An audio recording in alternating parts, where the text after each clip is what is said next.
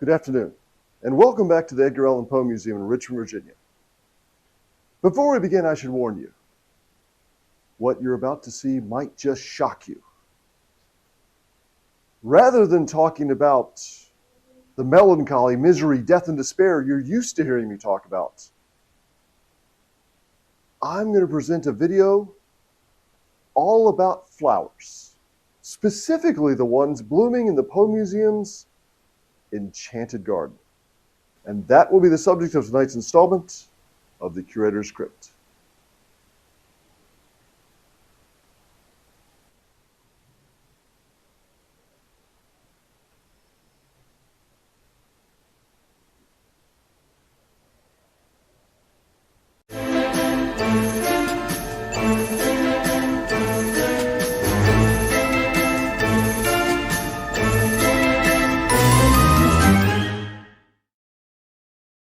Landscaped in 1921 and opened in 1922, the Poe Museum's Enchanted Garden was designed to be a living, breathing, three-dimensional Poe poem.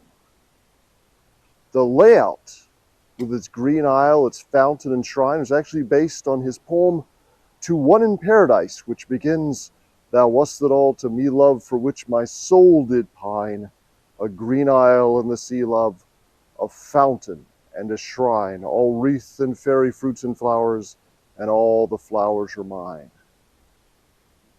And because the poem says all the flowers are mine, they listed all different flowers and trees and shrubs that Poe mentioned in his poems and stories to try to plant as many as they could.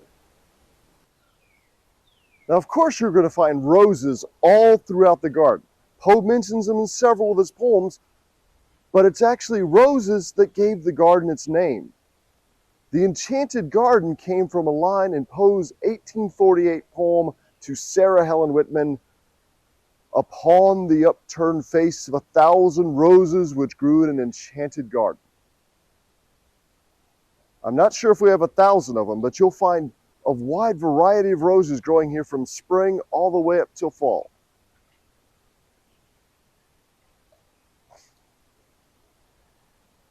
You'll also find a variety of tall lilies, especially lots and lots of daylilies all throughout the garden. And after roses, they're probably his second favorite flower. He actually mentions water lilies throughout his works. But in Hans Fall, when he describes the vegetation on the moon, he describes her as being tall, lily-like flowers.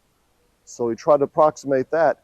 And in fact, when we consult the earliest drawings and photographs and paintings of the garden, we find that the founders of the museum, way back in the 20s, had a taste for tall daylilies. So we decided to continue the tradition with these really beautiful flowers that actually oftentimes are taller than you are. And these plants right here with the big leaves are oak leaf hydrangeas. So it's kind of like the hydrangea you're used to seeing, except for really big with big broad leaves.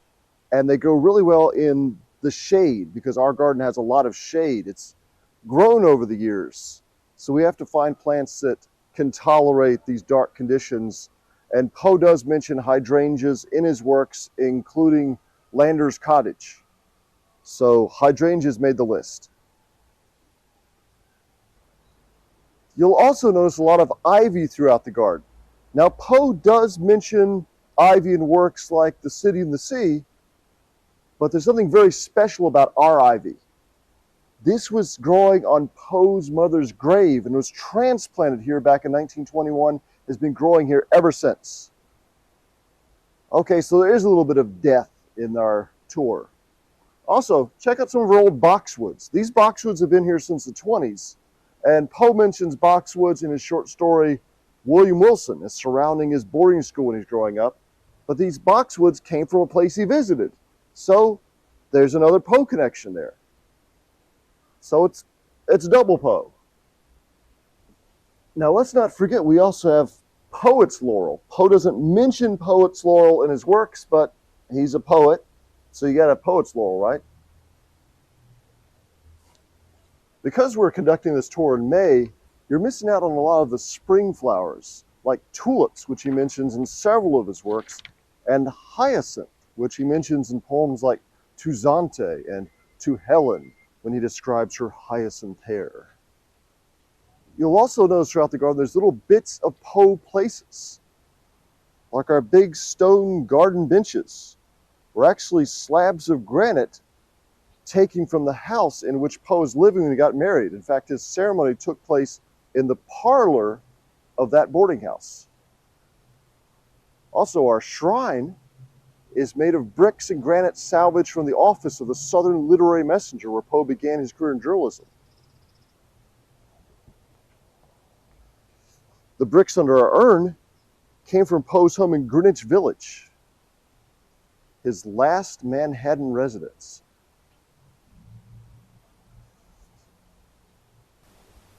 There's bricks throughout the garden salvaged from the Southern Literary Messenger office, but we also have bricks taken from his childhood home. Now, for those of you disappointed that we haven't really covered anything really terrifying in the garden, as far as we know, there haven't been any cases of death, dismemberment, mysterious murders here in the garden yet. But we'll see what we can do about that.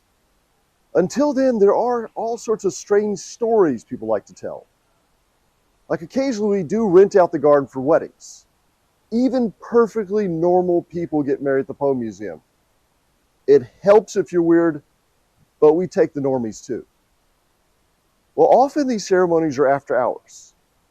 The wedding party has the whole place to itself. During one of these garden weddings, the garden party was way at that end. There was one staff member on duty, making sure everything went smoothly. And during the wedding, they came into the gift shop complaining to the staff member, "We thought we had the whole garden to ourselves.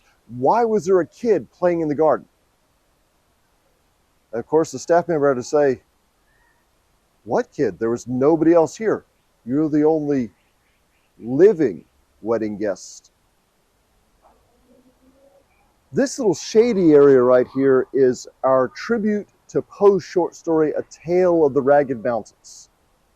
You probably haven't read that one, but it's set in Virginia, in the Ragged Mountains out near Charlottesville. It's a place that Poe went when he was at the University of Virginia.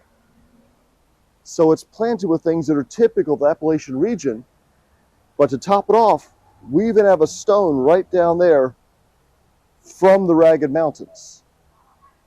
And the donor carved the name of Augustus Bedloe, the main character of the story, into that stone. And that brings us to our gold bug garden. It's intended to recreate the low country South Carolina setting of Poe's short story, The Gold Bug. We even have a gold bug back there.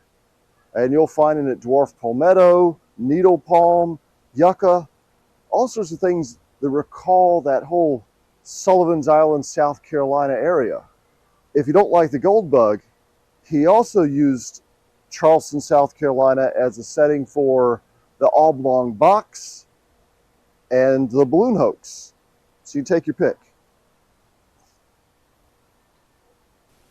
The garden also features trees, including southern magnolia,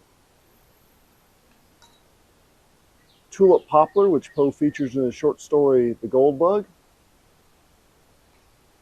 hackberry, and a live oak.